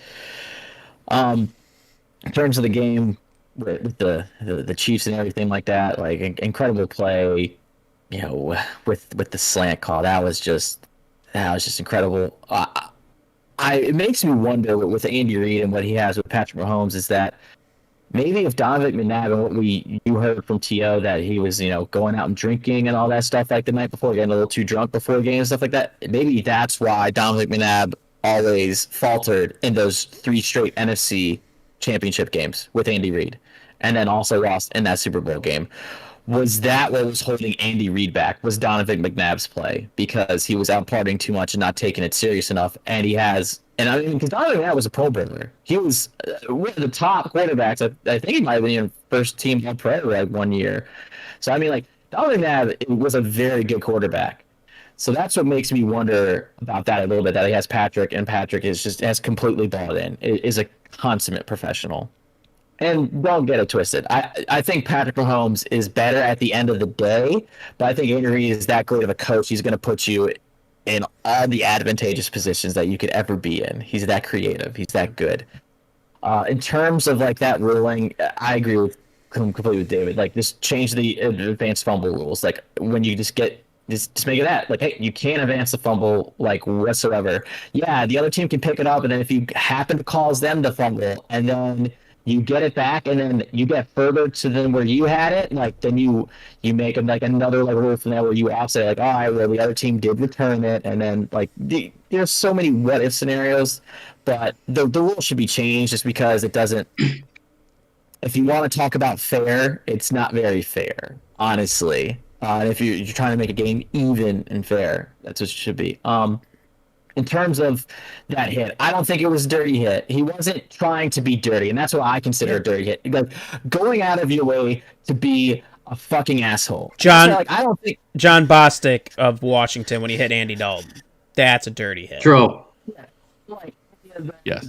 The hits from the Vontez Perfect. Yes. I couldn't think of his name there. Piece of shit. It's I don't mind hard-hitting football. Honestly, that happens. Things like that, because these guys are moving so fast that every now and then, and I hate that targeting rule in college because it gets twisted because of the whole slow motion thing that David beautifully brought up. Where it's you can see so much more in slow motion that these guys, Yeah, they're making split-second decisions, and they can't always move their head just this little bit, just to make that little difference. And then all of a sudden, it's like head to head. No, like you can tell malicious intent by the player. The ref can tell that live, and so that's why it doesn't need to be like reviewed. I think it honestly just happens, and if it does happen, then you penalize the team, and then you can kick out the player or do whatever it is. Like then you do the 10-15 yard penalty, but if it's an accident, no harm, no foul. In all honesty, because you can tell that Sorensen, he didn't mean to. Like I really do believe that he was diving in to prevent a touchdown at the last second, and literally didn't jump do the sailor jump where he's just completely leaning with his head. It was literally trying to get his shoulder in there with good form, and just it was unfortunate that he did hit his head. So and that's how I feel about that. So Pete, or BK, sorry, not Pete. Frank in chat is saying, referencing soccer with the video assistant ref. I like reading it now. It's like I said, So he's talking about that potentially, maybe, that soccer kind of has a video assistant ref. Yeah, the VAR it's a completely separate ref that actually makes that decision. So yeah, you could if the NFL wanted to do that, you have because the NFL does have a replay official. There is someone that flags the touchdowns and all that stuff like that. Essentially, will tell the head ref to stop play. So that could be done. All right, hey, if this is you don't need to necessarily stop the progress of play. And because there's already too many stops in football, in my opinion. They already interjected way too many commercials, and it's all right, come on, play the sport. You can have someone that's being paid, which they already do, who's all right, hey, that hit looks malicious, yeah, and then call it. But I don't know. I would say majority of the time, hits are malicious. And I also don't want to discourage defensive players for knocking the absolute shit out of someone on offense, because guess what? You're a grown-ass man, and if you're going to leave yourself open, yeah, I should be able to hit the shit out of you. And because guess what? They're on defense. They're at disadvantage. It's fucking football. That's an AFC North fan right there, baby. Woo! Football, you're going to get fucking hit. Imagine boxers oh, I got hurt. Shut up. Oh shit! Don't have sympathy. These are millionaires. Yeah, 100%. Pete, your thoughts on that fumble there and that rule going forward? Well, I mean, to BK's point, from a defensive perspective, I mean, this is one of the few rules where the defense actually has an advantage left, honestly, in the NFL. The touchback rule, as dumb as it honestly is, because if you fumble, anywhere else on the field, they basically mark it back to where the original fumble is if it goes out of bounds. Right. So it's that's the normal rule. I think there's a way you could, do it. Maybe if it goes into the end zone, penalize the offense a little bit, but then help out the defense. Maybe go a touchback situation. Maybe it moves back to the 20, but the offense still keeps the ball. Maybe you do something like that. Yeah, it is kind of ridiculous that all of a sudden the defense just all of a sudden gets the ball. But I mean, there's so many rules out there, with for interference, and you can't touch them, as corners. I mean, there's so many things that favor the offense, but no, that is a stupid rule. It really is, because I mean, you drive that whole entire way, and then just because you fumbled right there and it goes in there, and they don't even recover it, all of a sudden the defense gets it. So yeah, it's not the greatest rule. I think it can be amended for sure. But yeah, and in terms of the review system, for helmet to helmet, I mean, do we have enough stoppages? In football, I mean, do we really need to review this too? Yeah, I mean, was it the cleanest hit ever? No. But I mean, also Higgins is diving. I mean, he's diving with his head, and then Reed's, diving to try to knock the ball out, because Reed was trying to do exactly what happened. He was trying to knock the ball out. So yeah, it's a bang bang play, and yeah, as David mentioned, with putting in a replay. On replay, everything looks bad. Let's just be honest. 100%. So 100%. Yeah, that's my thoughts on it. I do agree with you guys on that. Yeah, the fumble rule is stupid. It's dumb. It needs to be amended. But when it comes to reviewing the hits, like they do in college, the NFL has enough stoppages as it is. And to BK's point, most of the time they are not with malicious intent. So it just understanding the anatomy. Listen, when you're going out there and you're going to make you're going to make a bang bang play. Okay, it is very difficult, right, to turn your head at the last second. Like, I understand safety is very important at the forefront, right? You want them to be safe. At the same time, it is a dangerous sport, and you're not always going to be able to take all the danger out of it. If that was the case, we're playing touch football or flag football. So, it is what it is. We already do that with the quarterbacks anyways. So, just true. Can't touch like fish out there like Josh Allen. So, whatever. I'll say that. He did flop. I'll tell you about two quarterbacks that are pretty darn good and are going to go down as some of the best to ever do it. Tom Brady and Drew Brees. It came to a close. It looks like it. This past weekend. And one more duel. And Brady outdueled Drew Brees to advance the NFC Championship game. It truly does look like it is the end of the road for Drew Brees. And what they do moving forward, I'm not sure. But Michael Thomas did play, Schefter report, he played through a lot of injuries. He's got torn tendons in his ankle he's going to have to get surgery on, and a torn deltoid that he's also going to have surgery on. He played through it because he thought if this was going to be the last shot to give Drew Brees to a Super Bowl, he wanted to be a part of it. So all that hate that he got for getting 0 catches kind of dims down just a little bit, because he's pretty banged up. David, I'm gonna start with you. It was the end. It looks like it is the end of Drew Brees. It was not the way I wanted to see him go, throwing 3 picks like that, and it looks like he can't throw the ball at all. I think I can throw the ball with more force than Drew Brees right now. Your thoughts on that game and what could be the end of a pretty damn good career in Drew Brees? Overall the game was good, right? Well, I guess if you're a Bucs fan, it was good. Yeah. It's kind of rough on the Saints end, but yet they were still only lost by like 10. Mm-hmm. So it wasn't that bad, overall. Obviously Breeze probably still has either a broken rib, 100%. Bruised ribs, something with his ribs still. You could tell he's sore as hell, banged up from, 17 weeks of football. So it's rough, and it's sad. And then for Michael Thomas, obviously, he was on my fantasy team, and it was rough to see him be out and play. But he's not like Juju, so there it is. There it is. I'll always say that for the remainder of Juju's career. Anyways, Michael Thomas at least has some backup for that. He was hurt. For him to even be out on that field, I don't know if it hurts the Saints.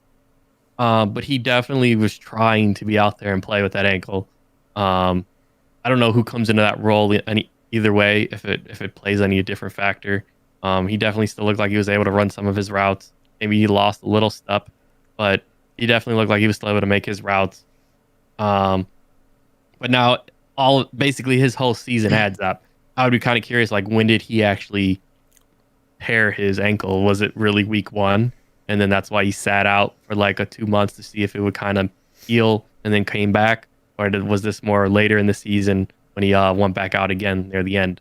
Kind of curious when that occurred. So, but yeah, Brady looked good. And then I'm sure all of us saw the reports afterwards when, Brady threw a touchdown to Brees' kid in the end zone. Yeah. They had a chit chat on the field. I thought that was cool. Everyone always talks about Brady being, like going off the field and not talking to the opponent, the opposing quarterback or whatever. But yet you see him after the game, chatting with Brees, throwing a touchdown to his kid, having a dad moment. Yeah, basically, which I thought was cool overall. Just seeing that, because you don't usually see too much post game coverage like that. At least to be shown on social media, it's usually hidden. You don't know about it. Happens in the locker room sometimes. And no one knows, right? So this is what we got to see. Kind of nice, kind of neat. Where the Saints go from here, obviously it looks like Brees is done. Obviously he still left it open per his tweets. So he said he was going to rethink about it or reevaluate like he did last year and see if he wants to come back. I don't think he does. I think he retires. And it's a great career for both of them. And then someone in my Twitch chat was talking about Joe Burrow coming back from an ACL tear. I do want to mention that both of these quarterbacks are both Hall of Famers. Both had major surgeries in their career. Yeah. And they're both going to be Hall of Famers and both amazing quarterbacks after their surgeries. So if you're a Joe Burrow fan out there, don't, or any quarterback that's been hurt, don't think that that's the end of their career, because it shows that they could come back out and still perform. 100%. Sports medicine is so far advanced now; it's not like a death sentence anymore. Like Nope. you'll be just fine. But yeah, Drew Brees, that was very sad for me to see. BK, your thoughts here on the Saints and Bucks, and what could be the end of Drew Brees? Well, it's shout out to Brady and the Bucks and all those weapons. You really saw just the bevy of weapons at Brady's disposal. I mean, just Godwin, Evans, Gronk, Brait, who I remember when Brait had like a Pro Bowl year, not too long ago. Antonio Brown, and then Ronald Jones looked so explosive there in the close course. Like the first yard or two, like off the line, he shot out there like a slingshot. And they were saying that like, oh, he still couldn't like open it up. And you can actually see that like when he would break away, kind of going towards the sideline, he would always kind of like he'd trail off. You could tell he couldn't open it up. He looked absolutely explosive. If he can. Green Bay is going to have some issue with Ronald Jones. He was looking really, really very impressed. And then, I mean, the Bucs defense was all over the place. I mean, Devin White was just it was an animal. And Winfield Jr. was just, he was flying all over the place making plays. Like the Bucs really look like a complete team right here for Bruce Arians. And I do feel bad for Brees that he didn't have any weapons. I mean, Michael Thomas, like you said, he's just hurt. Jared Cook's awful at football. He's never been good. Like Drew Brees hasn't had a good tight end since Jimmy Graham was traded for the center they brought in From Seattle. I can't remember. Yeah, from Seattle. Max Unger. There it is. Yeah, and Emmanuel Sanders just hadn't had the great year. Maybe Emmanuel Sanders, the ageless wonder there. It's finally kind of caught up with him at wide receiver. You never know.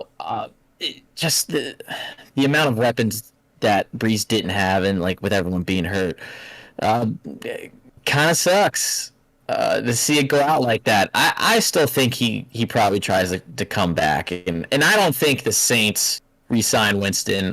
Taysom Hill did not look bad whatsoever in his limited time. It actually looked pretty good. And then if you can actually tailor the offense more to Taysom Hill even more, like similar to what the Ravens did with Lamar Jackson to really highlight his skill set, and then you can develop him even more, then yeah, they'll compete because Hill's an athlete. And when you have an actual athlete at quarterback, you can compete. So the Saints are in that cap situation, so they do have a lot of tough decisions to make. So we'll see how it goes for them. Pete, your thoughts? I mean, Tampa showed out in this game. I mean, Brady didn't have to do too much. I mean, it was just really mistake-free football. That's what he really had to play. That Tampa Bay defense, it's very much a gambling defense. It's a very good defense. Got a lot of speed, especially from the linebacker position. You could tell, I mean, Brees didn't have it. He could not throw it over 10 yards. Yeah. I mean, that's just a simple fact of it. I don't know if it was really his weapons. I just think it was Brees. You could tell something's not right. Clearly, I mean, Tampa Bay, as good as their corners really were in that game, because they're gamblers. Like a lot of their corners, if it's a quick route, they're going to, undercut stuff. And they just didn't fall for any other like deep coverage that New Orleans would try to do. And that was really the simple part of the game is, they gave up coverage at the beginning of the game for those short passes, and then after that they just clamped down. And that was really the main part of the game. Tampa's offense didn't have to do much. I mean, it's because of the turnovers that they had. They had the short field. They converted. The big thing is, they converted into touchdowns on that. And that's why Tampa Bay is terrifying, because that defense is very good, and Brady didn't have to play that well for them to win. So that's what's scary, as a Packer fan right now. But, I mean, if this is Brees' last game, it's sad to see him go like this. This is a lot like when Peyton Manning went. You could tell it was the end there for Manning. The only difference was, I mean, Denver's defense, and no offense to New Orleans' defense. New Orleans' defense is really good. Denver's defense that year was just dominant. I mean, you had two like basically Hall of Famers on the edge there. You had Aqib Talib. I mean, the team was just loaded on defense that they had. So I mean, they won that Super Bowl against the Panthers. So it was going to be tough. The only way that they were going to beat Brady was how they beat him earlier in the year with all those turnovers that they did have. So yeah, I mean, props to the Brady and the Bucks, and yeah, that was a cool moment, there at the end, and you could see, the way that Brees kind of acted with his family. It's sad. It is probably the end. I mean, it's the end there for Brees, but I mean, Hall of Fame career, obviously, and it's sad to see him go like that because I mean, Brees is known for just lighting up, teams, and for him to finish like that kind of stinks. But I mean, hey, that's what Brady does. He crushes souls. So That's 100% true. Breeze has looked bad all year. All year. Like, it seemed like something was off, even prior to the rib injury. But I do agree, David, that the injury definitely made it worse. Now, listen, Breeze leaving it open, because the thing is, a month or so from now, he's going to be healed up. He's going to be feeling better. And maybe he thinks he can run it back. That's on the team and on his teammates to step in if they truly think he lost it, to then tell him, Sometimes you have to, when you're an athlete and you have this mindset that it's never going to end, but if it truly is, like, he's completely deteriorated at that point, we're gonna have to say it. Junior says, fuck Brady, tired of seeing him win bowl after bowl. We haven't seen him win that many bowls anymore, right? He's kind of losing in between. It's not that bad, right? He's only got 6. Who cares? It's only 6. Only 6. Don't worry about it. It's almost as much as Steelers franchise. Who knows? I don't know. It's pretty crazy. Damn, that's pretty wild that he almost has as many as just one franchise has. That's fucking nuts. Like, the most, you know what I'm saying? But man, yeah, Brady just looked damn good. Tampa looked good. They just looked fast. Like they were just so much quicker than the New Orleans Saints, and that is scary as we get ready to head in here to the NFC Championship game against the Packers. I really don't know how Junior's going to feel. Packers versus Buccaneers, Rodgers versus Brady. Pick your poison, Bears fan, because I don't know what you want more. But we're going to get into that right now. The last picks, or the last, we have one more week of picks after this. It is the Super Bowl, but the standings stand like this. Dan at 52. BK at 54. Tie for 59 between Pete and David, and a tie for first between me and Josh at 61. So here we are. I took a risk with the Browns, baby, and it didn't pay off, motherfuckers. Didn't pay off. I know. We tried. This is what we get for believing in Cleveland. Green Bay versus Tampa Bay. David, what do you say? Oh, man. I went against the GOAT last week. I don't think I could do it again. I think Tom Brady comes out of here. I mean, they're both the GOAT. They're both the GOAT. I'm going Tampa Bay, though. It's going to be a very close game. To be honest, I could probably just flip a coin and pick a team right now. Obviously, Tampa beat them earlier in the year, but I'm not going to really say that's a way because, it's early in the season, and I can't say, the Bears are fucking 5-1 when they fucking beat Tampa Bay. So I can't really be like, well, what? Who cares if Tampa Bay beat Green Bay then? Because the Bears beat Tampa Bay at that time too. So that just shows you that doesn't mean shit. Right. So overall, like we said, Tampa Bay looked really good so far. They're looking good. I think they at least have a defense to try to maybe slow down Green Bay. They've done it before. Maybe they could do it again. We'll have to see how that goes. And the only difference here is Tampa Bay has a fucking offense. Weapons up the ass compared to what the Rams had, which was shit last week. So Green Bay's defense is definitely going to be tested out this week now. And we're going to see. Green Bay's definitely going to have to step up on defense big time because your probably next two matchups potentially are Tampa Bay and probably Kansas City, depending on if Mahomes is playing. But that's going to be a rough one but hopefully if it's snowing in Green Bay and like 20 degrees, I'm probably switching my pick to Green Bay. If it's not snowing, it's Tampa Bay. BK.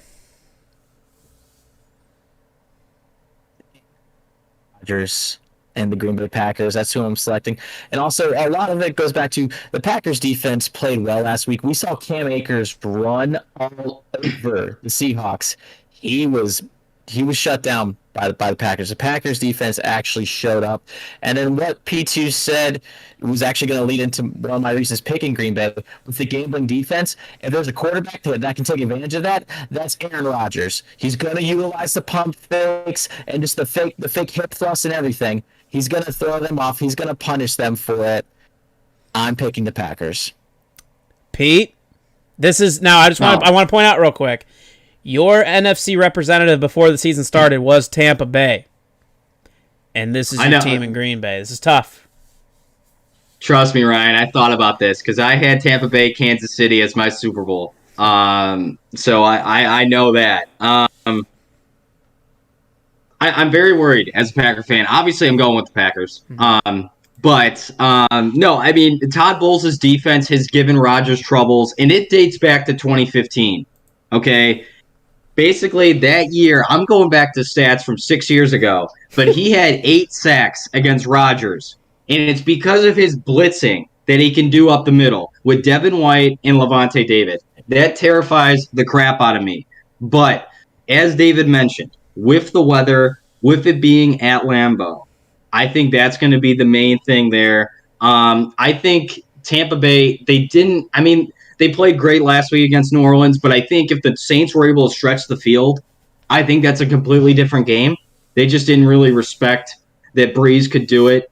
I think the key to this entire game, if you want to know who's going to win, just basically look at the Packers' offensive line. If they're able to give Rodgers time and they're able to move it with the run game, I think that's going to be a big key. A thing that happened earlier in the year is Bakhtiari got hurt in the first half against Tampa Bay.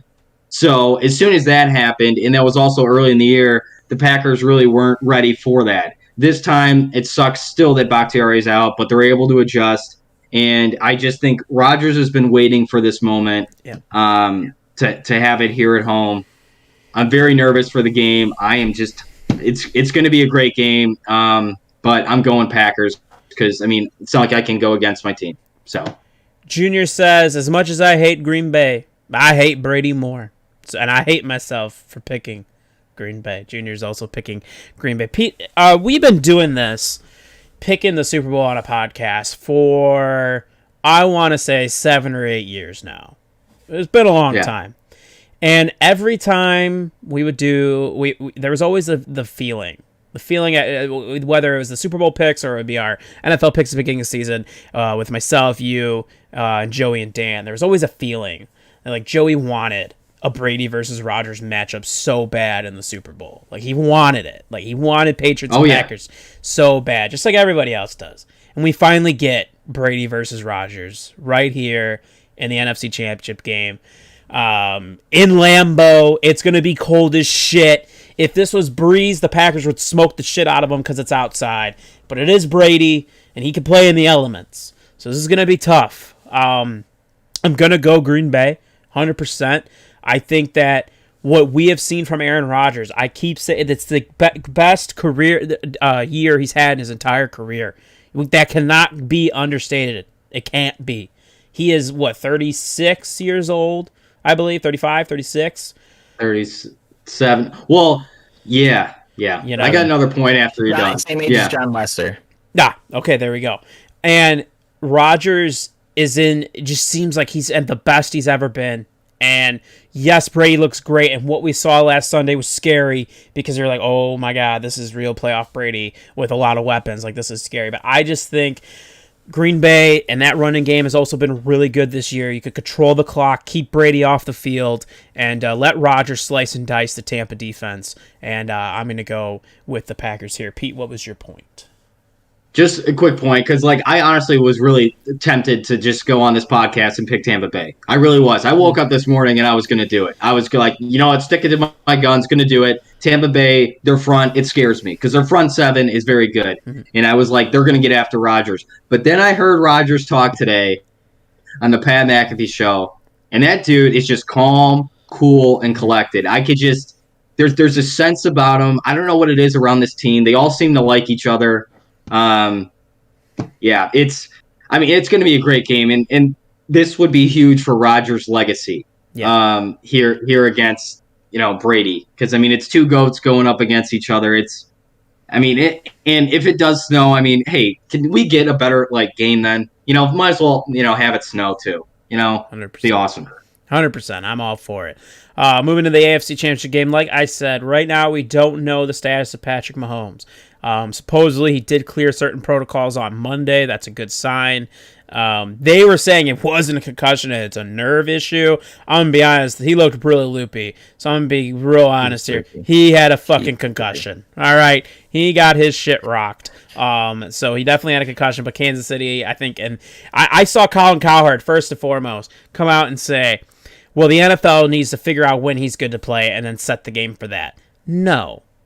We don't give special treatment to quarterback because it's Patrick Mahomes. Okay, Patrick Mahomes. You don't run when you're up. Up in the game like Kansas City was. You don't run that call with your star quarterback who already has a history of concussions. You don't do that, and they did, and he ended up getting concussed out of it. Hopefully, he is good to go though. That would be really shitty if I have to watch Josh Allen versus Chad Henne.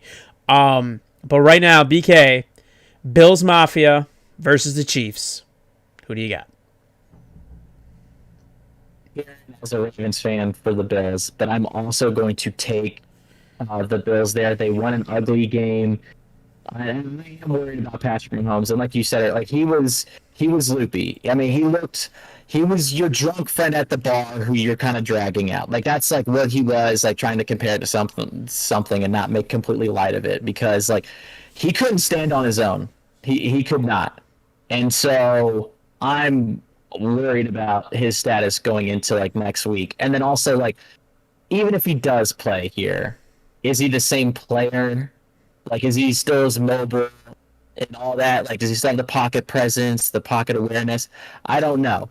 I'm gonna take Bills Mafia, wish them the best, and I think the weather will be better than what they had in Buffalo. They'll be able to do the short passing game and get that going. Let's go Bills. Petey Tahiti. Who do you got? Man, you talk about tough. Both these teams, have been explosive all year. It's funny because we have the NFC and the AFC Championship both played in Week 6, which is very strange to have that. And what's funny is both games were played at the opposite teams. So that's kind of weird how that panned out. If Patrick Mahomes plays, I'm going Kansas City. I think Kansas City is going to win. I feel like Kansas City's weakness is the run defense. I don't know if Buffalo can really exploit that. But yeah, that Buffalo team is just so good. But I just think Andy Reid's he's just too good of a coach. And Kansas City, even if with Mahomes, so say Mahomes gets hurt maybe later in the game, they still have Tyreek Hill. They still have Travis Kelce. They still have a lot of weapons. So I'm going Chiefs here in this game. But hey, if Patrick Mahomes is not starting, I'm picking Buffalo. David, how about you, sir? I'm going Kansas City. I would have to probably say it probably rely on if Patrick Mahomes is starting. I think some of us could say, yeah, if he's not starting, it's probably Buffalo. But if he's starting and healthy, going Kansas City. Even without Mahomes, I think it's still a close game just because how Pete touched on all the offensive weapons they have and Andy Reid. And we're talking, even just because Mahomes is out right now, who do you think's taking all them snaps right now on practice squad? Henny's literally right now being the number one quarterback in practice right now.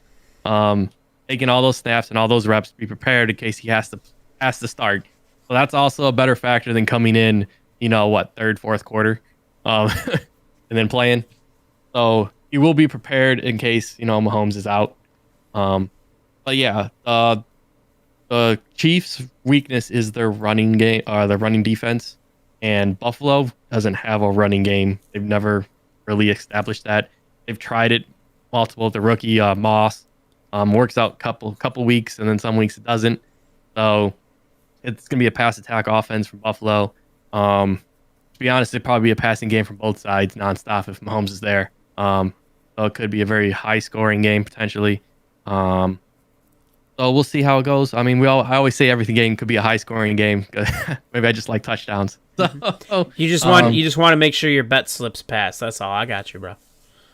damn right. Hey, I come close. That's the over. Oh, hell yeah, brother. I got screwed on the Kansas City game, but I missed another bet, so it was okay. But when Mahomes went out, I didn't clear the over on his passing yards because he missed the whole fourth quarter. Yep.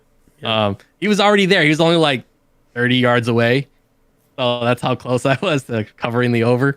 So, but yeah, I think Kansas City takes this and tries to repeat. Man, like I said, both these games extremely difficult. I think they should. We're hoping they're both really exciting and great games. Especially for three of us here that don't have a horse in this race, so we get to kind of just enjoy them. But I will go with Buffalo, and I'll say it's regardless of whether Mahomes plays or doesn't. Bills Mafia, Buffalo Bills, get this done. Move on to the Super Bowl to play the Green Bay Packers, and let's just hope the Bills don't lose by a field goal again. You know what I'm saying? That would be heartbreaking if you're a Bills fan. 0-5 in Super Bowl. Boy, that would break hearts, my guy. That would break hearts. But yeah, I'm going to go with the Bills here. To the point of, like, even if Mahomes is good to go, how healthy is he? I don't know. All I know is when he tried to stand up, he was falling over, and that didn't look good. So I'm going to go with the Bills here, get this done, and we'll see how it is next week when we join back. So like I said, we have a tie for first, man, between myself and Josh. I don't have Josh's picks yet. When I do, we will see. Will we have a definite person in first again after this week? We will find out. As always, thanks everybody for listening. You can find us on Twitter and Instagram. It's at AMNationPod. Make sure you hit that follow button. On YouTube, search Amalgamation Nation and hit that sub button for us. Podcast platforms of choice. Thanks for listening. That's Spotify, Google, Apple, etc. Follow and leave a review. That's pretty dope of you. If you're looking for merch, if you're listening on podcast, the link is down below in the description. If you're watching live, just go to our Twitter. It's at AMNationPod. And it's in the pinned tweet. Or if you're on twitch.tv/UndeadRebel, just scroll down a little bit and it's there as well. We'll be back Thursday on twitch.tv/UndeadRebel and on Twitter at AMNationPod and on YouTube. Search Amalgamation Nation for the gaming show. Until then, I do have a quote of the week because Dan's not here. So I'll take it away with the quote of the week. If the sun and moon should ever doubt, they'd immediately go out. William Blake. As always, everybody, be safe. Congrats to Joe Biden and stay breezy.